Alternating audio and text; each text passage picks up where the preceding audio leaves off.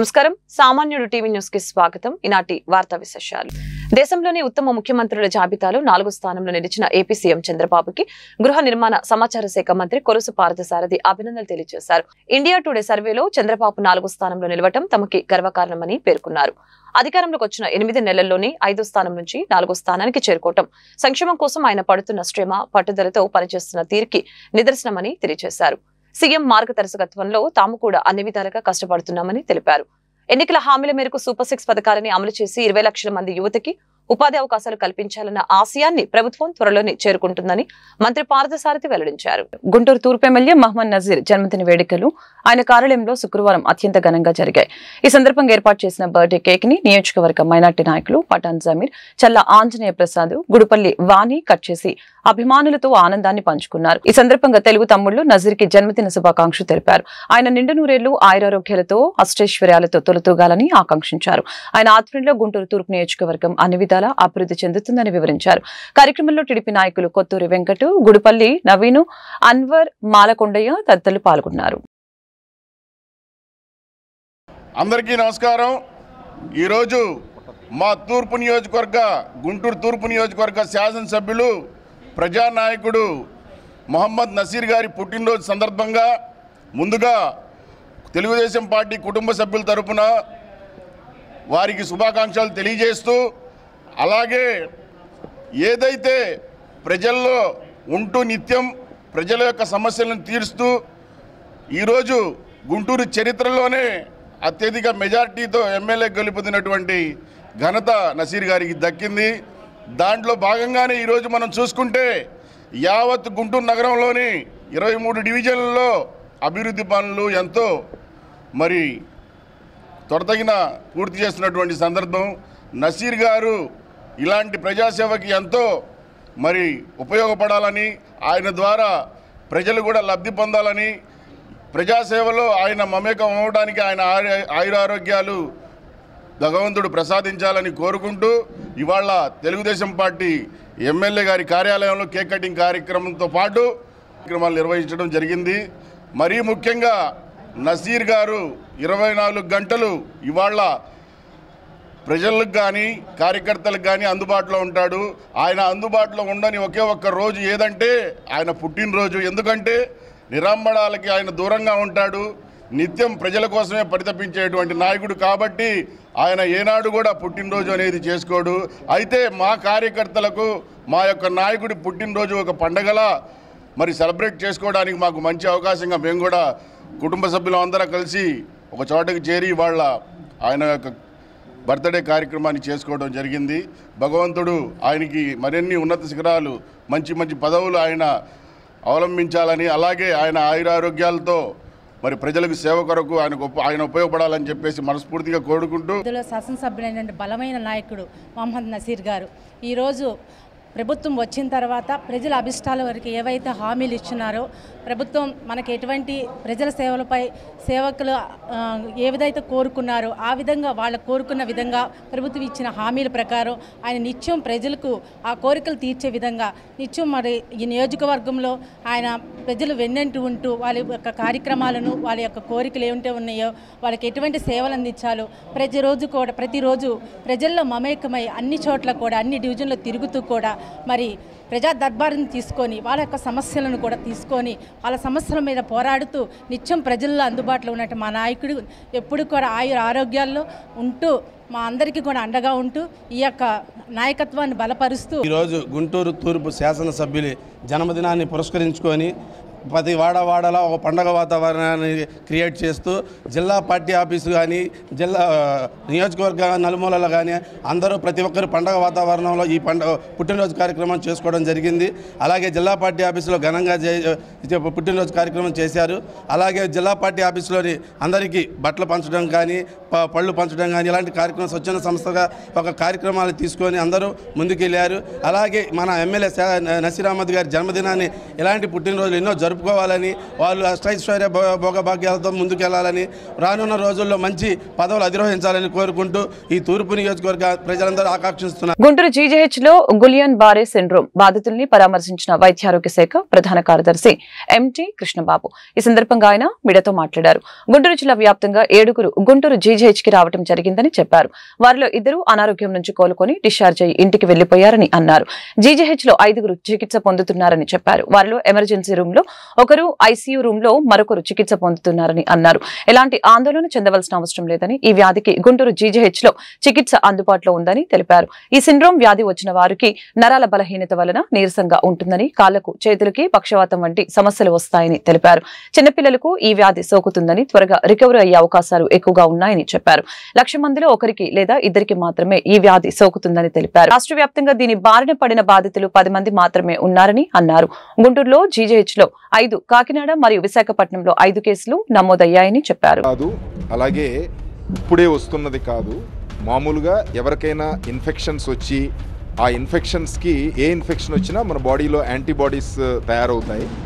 State wide మనకన్నా 1 or 2 cases per 1 lakh population, 1,00,000 కేసుల్లో 1-2 కేసులు రిపోర్ట్ అవడం అనేది చాలా కామన్గా జరుగుతుంది. కాకపోతే మన పూణేలో రీసెంట్గా ఆల్మోస్ట్ ఒకే ప్రాంతంలో ఒక 140 పైన కేసులు వచ్చేటప్పటికి న్యాచురల్గా ఇంకా ఏదైనా అంటే నార్మల్గా వచ్చే ఇన్ఫెక్షన్స్ వలన కాకోకుండా బ్యాక్టీరియల్ డిసీజ్ లేదన్నా స్పెసిఫిక్గా వాటర్ కానీ ఫుడ్ కానీ కంటామినేషన్ ద్వారా కానీ ఏదైనా అలా వస్తుందా అనే దాని మీద గవర్నమెంట్ ఆఫ్ ఇండియా చాలా డీటెయిల్డ్గా ఎగ్జామిన్ చేస్తోంది. సో మన స్టేట్లో కూడా అలా ఏమన్నా ఇష్యూ ఏమన్నా వస్తుందా అనే దాని మీద సర్వేలెన్స్ చాలా ఎక్కువ చేశాము. అబ్నార్మల్ వేరియేషన్ అయితే ఏమీ లేదు.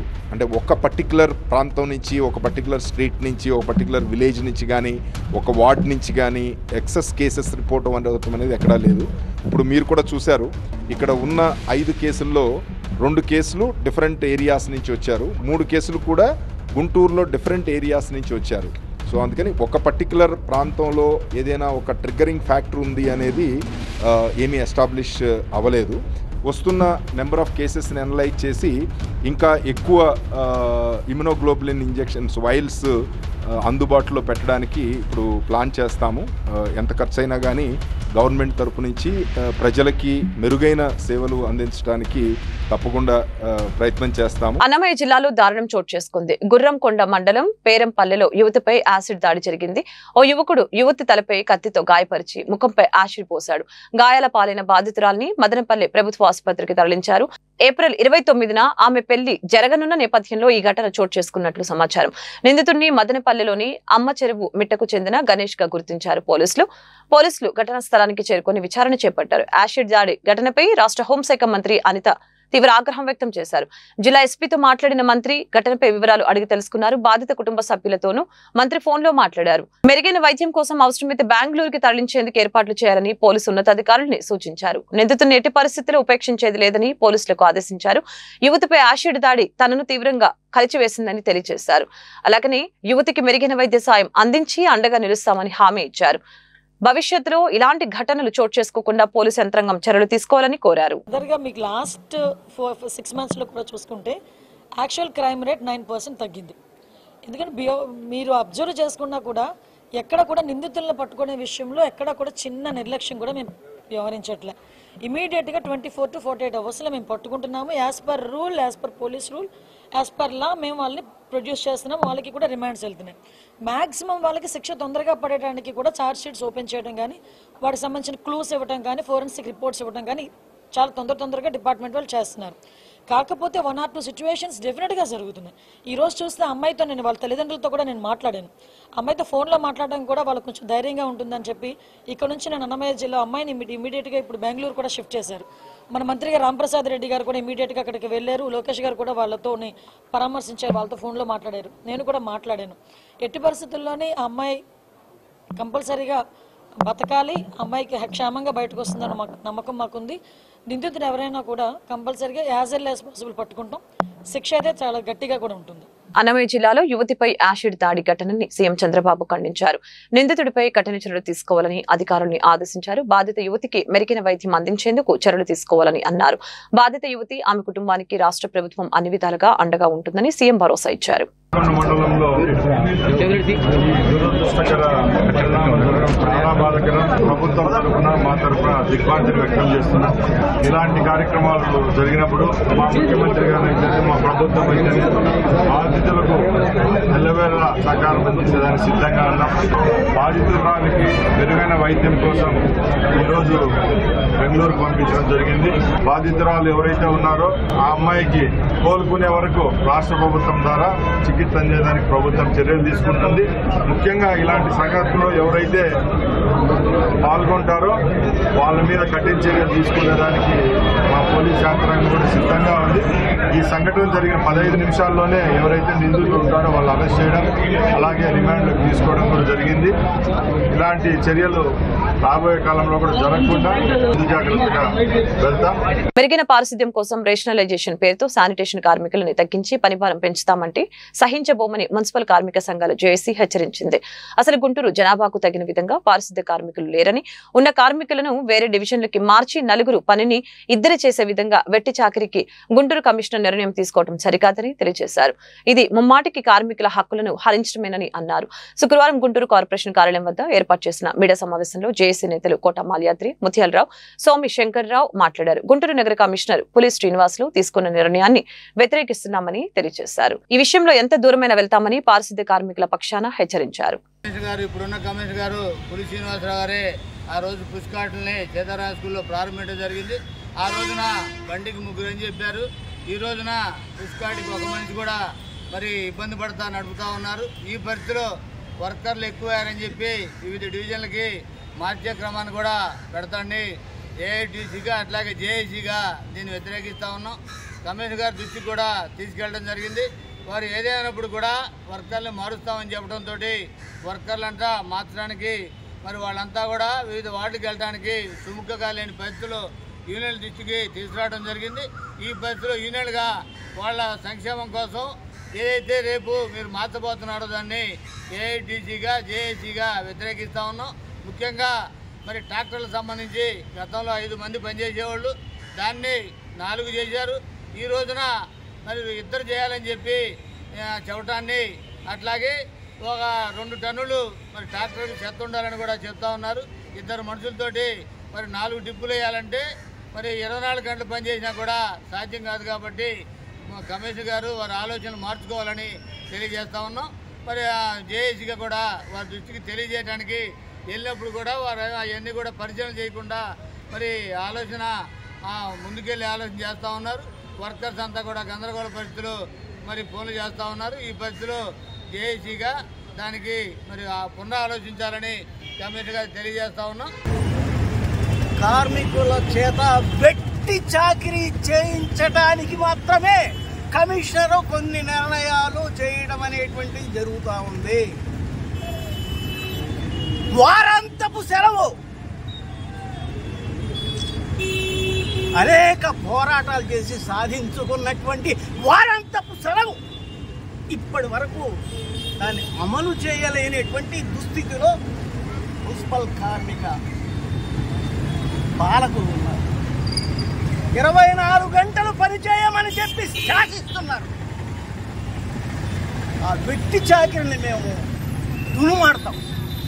వెట్టి చాకిరి నుంచి కార్మికుల్ని విముక్తి చేయడానికి ఎంత దూరమైనా వెళ్తామని మీ ద్వారా తెలియజేస్తూ ఇచ్చారు. పారిశుధ్యం మెరుగుపడాలని చెప్పేసి కమిషనర్ గారు అంటున్నారు. పారిశుధ్యం మెరుగుపడాలి అని చెప్పేసి అంటే గతంలో దాదాపు 15 సంవత్సరాల క్రితం తీసుకున్నటువంటి కార్మికులు ఇప్పటికీ పనిచేస్తూ ఉన్నారు. అదేవిధంగా గత ప్రభుత్వం మున్సిపల్ కార్మికుల్ని 60 సంవత్సరాలు నిండిన పేరుతో కొద్దిమందిని రిటైర్ చేయడం, అట్లాగే చనిపోయిన వారి స్థానంలో కొత్త కార్మికుల్ని తీసుకోలేదు. ఉన్న కార్మికుల మీదే పనిభారం పడతా ఉంది. ఇప్పుడు కమిషనర్ గారు రేషనలైజేషన్ పేరుతోటి కొన్ని డివిజన్స్లో ఎక్కువ మంది కార్మికులు ఉన్నారని చెప్పేసి ఇతర డివిజన్లకి మారుస్తామని చెప్పేసి అన్నారు. దీనివల్ల ఉన్న కార్మికుల మీదనే అదనపు భారం పడుతుంది మినహా మరేమీ లేదు. మేము చెప్తుంది కాదు. గతంలో ఈ తెలుగుదేశం ప్రభుత్వమే 2019కి ముందు పుష్కార్టికి 250 ఇళ్ళకి 3 కార్మికులు ఉండాలని చెప్పేసి చెప్పారు. కానీ ఇప్పుడు 350 ఇళ్ళకి 2 కార్మికులు పెడుతున్నారు. ఆ 2 కూడా లేనటువంటి పరిస్థితి ఉంది. అందుకని వెంటనే కమిషనర్ గారి దృష్టికి కూడా ఈ విషయాన్ని తీసుకెళ్లారు. కానీ కమిషనర్ గారు కనీసం కార్మిక సంఘాలు ఇచ్చేటటువంటి వినతి పత్రాన్ని కూడా తీసుకున్నటువంటి పరిస్థితుల్లో ఉన్నారు.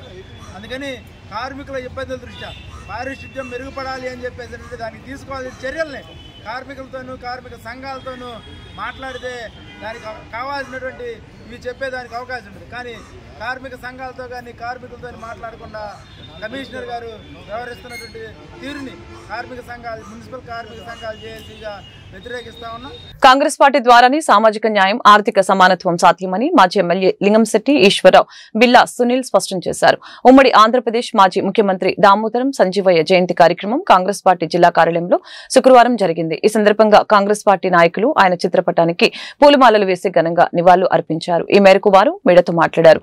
దామోదరం సంజీవయ్య జీవితాన్ని ఆవిష్కరించారు. కార్యక్రమంలో కాంగ్రెస్ పార్టీ నాయకులు Kuchipudi Vijaya, doctor John Paul, Vijay Kumar తదితరులు పాల్గొన్నారు. ఆంధ్రప్రదేశ్ సంయుక్త రాష్ట్ర రెండో ముఖ్యమంత్రి అయినటువంటి దామోదర సంజీవయ్య గారి జయంతి ఉత్సవాలు కాంగ్రెస్ పార్టీ కార్యాలయం చేరుకోవడం చాలా సంతోషంగా ఉంది. మరి కర్నూలు జిల్లా కల్లూరు మండలం పెద్దపాడు అనే గ్రామంలో మున్నయ్య సంకలమ్మ దంపతులకు జన్మించినటువంటి ఆణిముత్యం దామోదర సంజీవయ్య గారు పెద్దపాడులో 4వ తరగతి వరకు చదువుకొని ఆ తర్వాత కర్నూలు జిల్లాలో అమెరికన్ స్కూలు మున్సిపాలిటీలో SSLCలో ఆ రోజుల్లోనే కర్నూలు జిల్లా ఉత్తీర్ణుడిగా ప్రధానుడిగా గుర్తింపు పొందినటువంటి గొప్ప వ్యక్తి దామోదర సంజీవయ్య గారు. ఆ తర్వాత అనంతపురం వెళ్ళి అక్కడ BA పూర్తి చేసుకొని ఆ తర్వాత ఉద్యోగం కోసం కర్నూలు వచ్చి కేవలం 48 రూపాయలతో ఒక రేషన్ కార్డు షాపులో గుమస్తాగా జాయిన్ అయ్యారు. అనంతరం అనేక కేంద్ర ప్రభుత్వ కార్యాలయాల్లో ఉద్యోగానికి అప్లై చేసుకొని ప్రజల పన్నుల శాఖలో తనిఖీ అధికారిగా మరి ఎంతో పనిచేసే సేవలను ఇచ్చారు. ఆ తర్వాత మద్రాసులోని పచ్చాయప్ప కళాశాలలో అధ్యాపకుడిగా పనిచేసి అనంతరం మద్రాసు లా కళాశాలలో లా సీట్ పొంది నంబర్ 1గా లా స్టూడెంట్గా పాస్ అయినటువంటి గొప్ప వ్యక్తి దామోదర సంజీవయ్య గారు. అనంతరం మద్రాసు కోర్టులో మరి బార్ అసోసియేషన్లో అడ్వకేట్గా జాయిన్ అయ్యి ఆ తర్వాత కాంగ్రెస్ పార్టీలో జాయిన్ అయ్యి చురికినటువంటి ఎన్నో కేంద్ర మంత్రి పథకాలు అనుభవించినటువంటి గొప్ప వ్యక్తి దామోదర సంజీవయ్య గారు. ఆ తర్వాత మరి ఈరోజు మనం చెప్పుకున్నటువంటి వితంతు పింఛన్లు కానీ వృద్ధాప్య పింఛన్లు కానీ అవన్నీ కూడా ఆ రోజు దామోదర సంజీవయ్య గారు ప్రవేశపెట్టినాయి. ఈరోజు యాంటీ కరప్షన్ ఆఫ్ బ్యూరో ఏదైతే ఉందో ఆ యాంటీ కరప్షన్ ఆఫ్ బ్యూరోను స్థాపించిన ఘనత కూడా దామోదర సంజీవయ్య గారిది. మరి దామోదర సంజీవయ్య గారు ఆ రోజుల్లోనే నీతిమంతుల మీద కొంతమంది దుష్టశక్తులు బురద జల్లినట్టుగానే మరి దామోదర సంజీవయ్య గారి మీద కూడా ఆ రోజున్నటువంటి రాజకీయ నాయకులు బురద జల్లితే నెహ్రూ గారు అత్యంత సన్నిహితులైనటువంటి యశ్వంత్ సింగ్ పర్వార్ని ఢిల్లీ నుంచి హైదరాబాద్ పిలుపు మేరకు కర్నూలు వచ్చారు. ఆయన కారు వేసుకొని ఒక పూరి గుడిసె వద్దకు వచ్చి మరి వాళ్ళ అమ్మగారు పలకరించారు. ఆయన వచ్చిన టయానికి వాళ్ళ అమ్మగారు చిన్న పూరి గుడిసె ముందు కట్టెలపై మీద వంట వండుకుంటుంది. మరి వాళ్ళ అమ్మగారిని అడిగారు, ఏంటమ్మా మీ అబ్బాయి గురించి అడిగితే వాళ్ళ అబ్బాయి రాజకీయ నాయకుడు ఉద్యోగస్తుడు తెలియక మా అబ్బాయికి ఆయన జీతం పెంచుతారని అడిగితే జీతం పెంచితే ఏం చేస్తామమ్మా అంటే ఈ కట్టెల పొయ్యి తీసేసి చిన్న గ్యాస్ పొయ్యి కొనుక్కుంటా అని చెప్పినటువంటి సందర్భం. అంతటి నీతి నిజాయితీ కలిగిన రాజకీయ నాయకులు ఈరోజు కరువయ్యారు. దేశంలోనే 6 లక్షల పైగా స్థలాలని పంపిణీ చేసినటువంటి గొప్ప వ్యక్తి దామోదర సంజీవయ్య గారు. ఈరోజు తెలంగాణలో అనేక పరిశ్రమలు ఉన్నాయంటే ఆ పరిశ్రమలు స్థాపించిన ఘనత కూడా దామోదర సంజీవయ్య గారిదే. ఈరోజు వంశపరపాల ప్రాజెక్టు కానీ మరి పులిచింతల జిల్లా Andhra Pradesh Congress committee all India Congress ఆధ్వర్యంలో జరుపుకుంటున్నాం. నెహ్రూ గారు నేతృత్వంలో మొట్టమొదటిసారిగా ఒక దళితుడిని అర్జునుడిని సీఎంగా చేసిన ఘనత కాంగ్రెస్ పార్టీ చెందింది. కాంగ్రెస్ పార్టీకి ఏదైనా సాధ్యపడినది ఇది ఓ సంజీవ్ గారి నిరసనం. వారి పరిపాలన ప్రజారంజకంగా అందరికి అందుబాటులో ఉండి అచ్చ తెలుగులో మంచి ఉపన్యాసాలు వారు ఇచ్చేవారు. గుంటూరులో వారు చూపించుకున్నప్పుడు చిన్నపిల్లలప్పుడు మేము వారిని చూసే అవకాశం కలిగింది. అదేవిధంగా 72లో నాకు జయరాం బాబుకి డిగ్రీ పూర్తయిన తర్వాత జి సింహాద్రి గారు అని చెప్పని సర్వీస్ మెంబర్ గుంటూరులో క్లర్క్గా చేరి సర్వీస్ మెంబర్ అయ్యారు. ఆయన సంజీవ్ గారు ఇద్దరు స్నేహితులు.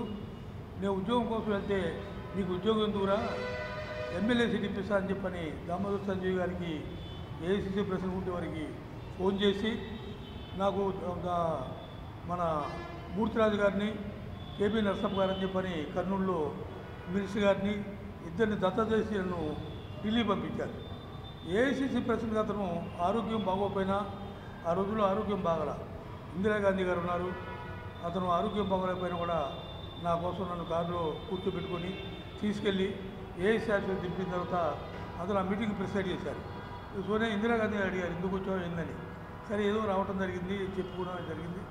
తర్వాత వచ్చేవారు ఆ రోజు ఆ మీటింగ్ జరిగినట్టుదే నాకు 72 సీట్ వచ్చేది. నేపాల్ మహారాజ్ చచ్చిపోవడం వల్ల ఆ మీటింగ్ వాయిదా పడింది.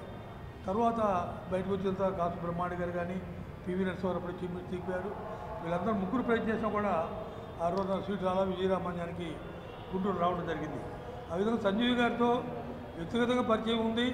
వారితో కలిసి సేవ చేసే భాగ్యం మాకు కలిగింది. అదేవిధంగా వాళ్ళ తమ్ముడుకు దామోదర మునిస్వామి గారు అతను మనకి మంత్రిగా చేశారు. వారు మేమందరం కలిసి రాజీవ్ గాంధీ గారు కలిసి అమ్మ ఇందిరాగాంధీ గారు ఒకే ఉంటుంది. ఈ పైలట్ ఉద్యోగం వల్ల ఏమొస్తుంది, పైలట్ రాజీనామా ఇచ్చి అమ్మగారికి సపోర్ట్ చేయమని చెప్పి మేము అడగటం, మనం ఎన్నుకున్న ఆచార్యంగా గారు ఎంపీగా ఉంటాం, ఆయన డిప్యూటీ లీడర్గా ఉంటాం. ఆ రోజున అతను కూడా మిర్చికి మద్దతు ధర ప్రకటించి అన్నదాతకు కూటమి ప్రభుత్వం అండగా నిలవాలని సిపిఐ జిల్లా కార్యదర్శి జంగాల అజయ్ కుమార్ డిమాండ్ చేశారు. ఎన్నికల హామీ మేరకు అర్హులైన పేదలకి ఇళ్ల స్థలాలు ఇవ్వడంతో పాటు పక్కా గృహాలు నిర్మించివ్వాలని విజ్ఞప్తి చేశారు. శుక్రవారం గుంటూరు కొత్తపేటలోని సిపిఐ జిల్లా కార్యాలయంలో ఏర్పాటు చేసిన మీడియా సమావేశంలో జంగాల అజయ్ కుమార్ మాట్లాడారు. మిర్చి ధర పతనం కావడంపై ఆయన ఆందోళన వ్యక్తం చేశారు. క్వింటాకు 25,000 రూపాయల మద్దతు ధర ప్రకటించాలని ఈ సందర్భంగా డిమాండ్ చేశారు. ఇందులో భాగంగానే వచ్చే సోమవారం గుంటూరు మిర్చి యార్డ్లోని రైతులను కలిసి సిపిఐ పక్షాన సంఘీభావం ప్రకటిస్తున్నట్లు తెలియజేశారు. కార్యక్రమంలో సిపిఐ నేతలు మేడ హనుమంతరావు, శివాజీ, నాజర్జీ, అరుణ్, జంగాల చైతన్య తదితరులు పాల్గొన్నారు. మిర్చి రైతు గోడు వినటానికి కూడా భయంకరమైనటువంటి రోదనలు వినిపిస్తూ ఉన్నాయి. గత సంవత్సరం ఇదే నెలలో అమ్మినటువంటి 23,000 పలికినటువంటి మిర్చి ఈ సంవత్సరం మిర్చి 1,300 లోపు మాత్రమే పలుకుతూ ఉంది. 13,000 లోపు మాత్రమే పలుకుతూ ఉంది. ఇంకా రకరకాల వంకలు పెట్టి 8,000, 9,000 కూడా కొనబోతూ ఉన్నారు. అందుకని రైతు ఏడుస్తూ తన సంవత్సర కాల చాకిరిని తలుచుకొని గుండె పగిలేటట్టు రోధిస్తూ వచ్చిన కాడికి అమ్ముకొని వెళ్ళిపోతూ ఉన్నాడు. కొద్దిగా ఆర్థికంగా పర్వాలేదనుకున్న వాళ్ళు, అలాగే మధ్య దళారీలు తక్కువ రేట్లు కొని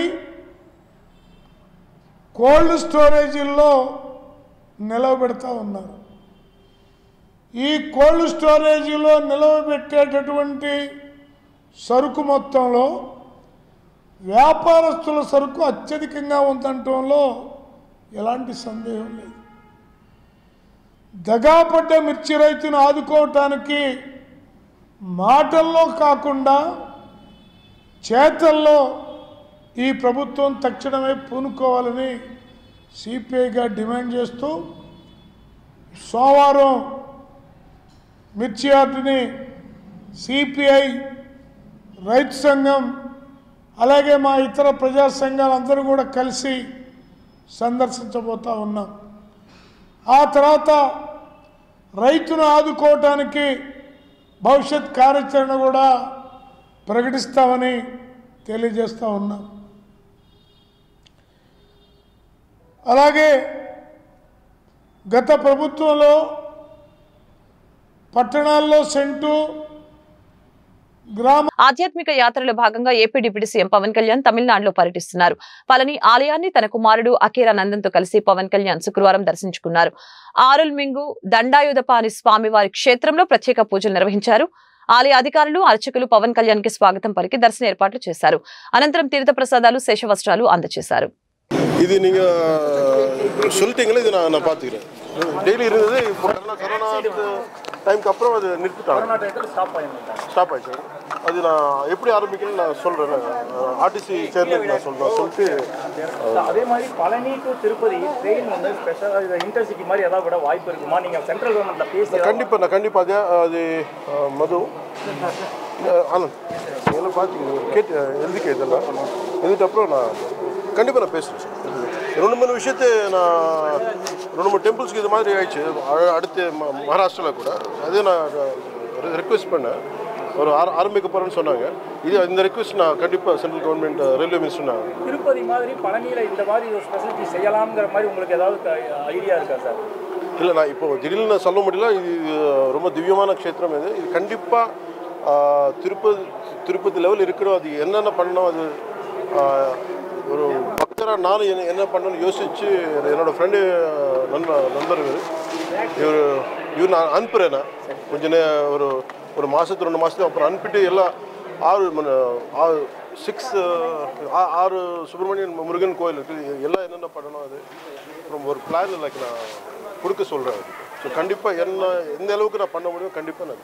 ప్రముఖ నటుడు మోహన్ బాబుకు చెందిన విద్యా సంస్థల సమీపంలో ఉన్న ఒక రెస్టారెంట్పై జరిగిన దాడిని మంచు మనోజ్ ఖండించారు. బౌన్సర్ల సమస్య గురించి గతంలో నేను ఫిర్యాదు చేశాను. పోలీసు అధికారులు వెంటనే స్పందించి నాడు చర్యలు తీసుకున్నారు. ఈ దాడి గురించి నాకు గురువారం కాల్స్ వచ్చాయి. బౌన్సర్లు ప్రతి ఒక్కరిని భయభ్రాంతులకి గురి చేస్తున్నారు. గొడవైన వెంటనే సీసీటీవీ ఫుటేజ్లు తీసుకువెళ్లిపోతున్నారు. ఇక్కడ జరుగుతున్న విషయాల గురించి కొంతమంది విద్యార్థులు నాకు లేఖలు రాశారు.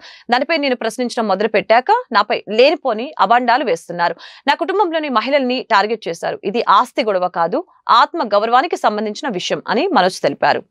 ఎవరైతే మనకు సపోర్ట్గా ఉన్నారో, ఎవరైతే కొంచెం గొంతు విప్పి కొంచెం ముందుకొచ్చి నాకు లెటర్లు పంపించి ఇక్కడ జరిగే అన్యాయాలు చెప్తున్నారో వాళ్ళ మీద దాడులు మొదలుపెట్టారు. ఎప్పటి నుంచో ఆ దాడులు బయటికి చెప్పుకోలేరు నాకు. ఎందుకంటే ఎన్నో కోట్లు పెట్టి వాళ్ళ పొలాలు కొనుక్కొని కొంతమంది ఇక్కడే వాళ్ళ పొలాల మీద బిల్డింగ్లు కట్టుకొని ఎన్నో కోట్లు ఖర్చు పెట్టి లోన్లు తీసుకొని బిల్డింగ్లు కట్టుకొని వచ్చే డబ్బు మీద వచ్చే ఫీజుల మీద వచ్చే హాస్టల్ రెంట్ల మీద బ్రతుకుతున్నారు. వాళ్ళకి వచ్చేది అన్న దాంట్లో నుంచి హేమాద్రి నాయుడు వీళ్ళందరూ కలిసి బొట్టి బెదిరించి ప్రతి ఒక్కరి దగ్గర డబ్బు వసూలు చేస్తున్నారు. పర్ స్టూడెంట్కి ఇంత అని చెప్పి ఈ కంప్లైంట్స్ నాకు వచ్చింది. ఇదేంటి ఇలా జరుగుతున్నాయంట, ఇవన్నీ మనుషుల్ని పంపిస్తున్నారు, ఇలా కొట్టుపిస్తున్నారు అని చెప్పి నేను క్వశ్చన్ రైజ్ చేసిన తర్వాత నా మీద ఇలా అబండాలు వేయడం, కుటుంబ సమస్యలను చెప్పడం, ఇదంతా ఒక మీడియా హెడ్గా ఇంతకుముందు పనిచేసి ఇప్పుడు మీడియా బ్యాక్గ్రౌండే లేకుండా ఒక క్యాంపస్కి ఒక ఎడ్యుకేషన్ 17,000 మంది స్టూడెంట్స్కి హెడ్గా ఉండి క్యాంపస్ నడిపిస్తూ ఇక్కడ ప్రతి ఒక్కరిని బెదిరించుకుంటూ ఒక క్వశ్చన్ అడిగితే ఒక మీడియా స్టైల్ వీడి మీద ఒక స్టోరీ క్రియేట్ చేయడం, అలాగా వీడి మీద ఒక స్టోరీ క్రియేట్ చేసి వీడు తాగేసి వచ్చి ఆస్తుల కోసం అడుగుతున్నాడు, కొట్లాడుతున్నాడు అని చెప్పి, సరే వీడినంటే ఇంక్లూడ్ చేస్తే వీడు వినడు, వీడి వైఫ్ని ఇంక్లూడ్ చేద్దాం, వీడి పిల్లల్ని ఇంక్లూడ్ చేద్దాం, సరిపోతే వాళ్ళ అమ్మని కూడా ఇంక్లూడ్ చేద్దాం అనుకుంటూ లేడీస్ మీద టార్గెట్ చేయడం మొదలుపెట్టారు. వినయ్ గారు పలువురు చాలా మందితో అదే హెడ్స్తో కూర్చొని అందరూ హాస్టలర్స్ కూర్చొని చెప్తూ ఉంటే నిలబడి, సార్ ఇక్కడ టెర్రరిస్టులు లేరు, పిల్లలే, ఎంత బౌన్సర్స్ ఎందుకు సార్, వాళ్ళు కొంతమంది బౌన్సర్స్ రాత్రి అయితే తాగేస్తున్నారు, ఇక్కడ గొడవలు చేస్తున్నారు, దయచేసి వాళ్ళతో ఇవి అవుతుంది, ప్రొఫెషనల్ సెక్యూరిటీ గార్డ్స్ని పెట్టండి సార్, ప్రొఫెషనల్ ఆర్మీ వాళ్ళని పెట్టండి సార్, ఆల్రెడీ ఆర్మీ వాళ్ళు కొంతమంది ఉన్నారు, ఇంకా పూర్తిగా వాళ్ళని పెట్టి డిసిప్లైన్గా ఈ అలవాట్లు నేను వాళ్ళని సెలెక్ట్ చేసి పెట్టాలి, ఇంతమంది స్టూడెంట్స్ ఉన్నారు. వాళ్ళంతా చిన్న పనులు చేసుకుని రోజువారీ కూలీలే. కానీ దేశవ్యాప్తంగా ఎక్కడెక్కడ ఎలక్ట్రానిక్ వేర్ హౌజ్లు ఉన్నాయో వివరాలు సేకరిస్తారు. ముందుగా రెక్కి నిర్వహించి ఎవరికి దొరకకుండా ఉండేందుకు పక్కా ప్లాన్తో దోపిడీ చేస్తారు. తాజాగా విజయవాడ నగరంలో సంచలనం రేపిన 2.5 కోట్ల విలువైన ఐఫోన్లు, ఎలక్ట్రానిక్ పరికరాల చోరీ కేసులో నిందితుల్ని పోలీసులు అరెస్టు చేశారు. విజయవాడ పోలీసులు ఏర్పాటు చేసిన సురక్ష పథకం నిందితుల్ని పట్టించింది. వారి నుంచి 2.5 కోట్ల విలువైన ఐఫోన్లు, ఎలక్ట్రానిక్ పరికరాలు స్వాధీనం చేసుకున్నారు. ఈ కేసు వివరాలని విజయవాడ సిపి రాజశేఖర్ బాబు శుక్రవారం మీడియాకు తెలిపారు. ఉత్తరప్రదేశ్ కి చెందిన డీప్ చంద్ ప్రజాపతి కార్ ట్రావెల్స్ నిర్వహిస్తున్నాడు. అతని స్నేహితులైన సునీల్ కుమార్, జయప్రకాష్ లు విజయవాడలోని వేర్ హౌసింగ్ లో ఐఫోన్లు చోరీ చేద్దామని చర్చించారు. ఈ నెల 5న చోరీ చేసేందుకు విజయవాడకు చేరుకున్నారు. మొత్తం 6 కలిసి దోపిడీ చేసేందుకు స్కెచ్ వేశారు. ముందుగా రెక్కి నిర్వహించారు. దర్జాగా 2.5 కోట్ల విలువ చేసే సరుకుని దోచేశారు. పటమట పోలీసులు చాకచక్యంగా నిందితులను అరెస్టు చేశారని సిపి తెలిపారు. తారీఖున మార్నింగ్ 9:25 మధ్యలో 273 ఐఫోన్స్, తర్వాత వాటి పరికరాలు అంతా కలిపి ఒక 373 ఐటమ్స్ మనకు Ingram Micro India private limited warehouse అని ఒకటి ఎన్కేపాడులో ఉంది. దాన్నే గడ్డ దుర్గాప్రసాదరావు వేర్ హౌస్ అని కూడా అంటారు. ఆ వేర్ హౌస్లో పైన రేకులు ఉంటాయి. ఆ రేకులను కోసి లోపలికి ఒక గ్యాంగ్ లోపలికి ఎంటర్ అయ్యి ఈ సెల్ ఫోన్స్ దొంగతనం చేయడం జరిగింది.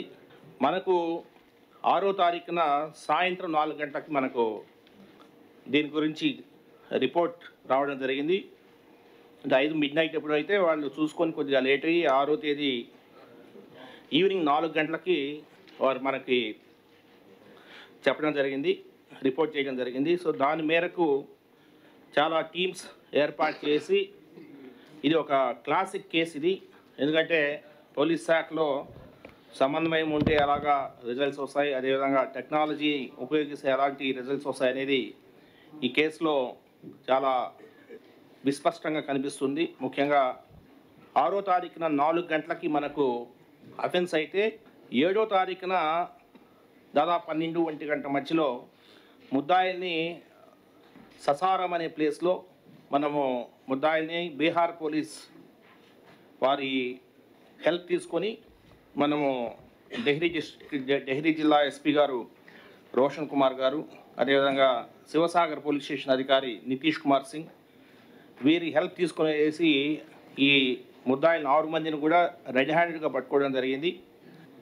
వాస్తవానికి ఆ రోజు రాత్రంతా కూడా డీసీపీ ఈస్ట్ గౌతమి సాలి గారు, అదేవిధంగా డీసీపీ క్రైమ్స్ తిరుమలేశ్ రెడ్డి గారు మొత్తం టోటల్ ఒరిస్సా, జార్ఖండ్, బీహార్, ఉత్తరప్రదేశ్ అధికారులతో కంటిన్యూస్గా వారితో మాట్లాడుతూ మిడ్నైట్ వాస్తవానికి డీజీపీ గారు కూడా ఆ రోజు వారు కూడా మేల్కొని ఉన్నారు.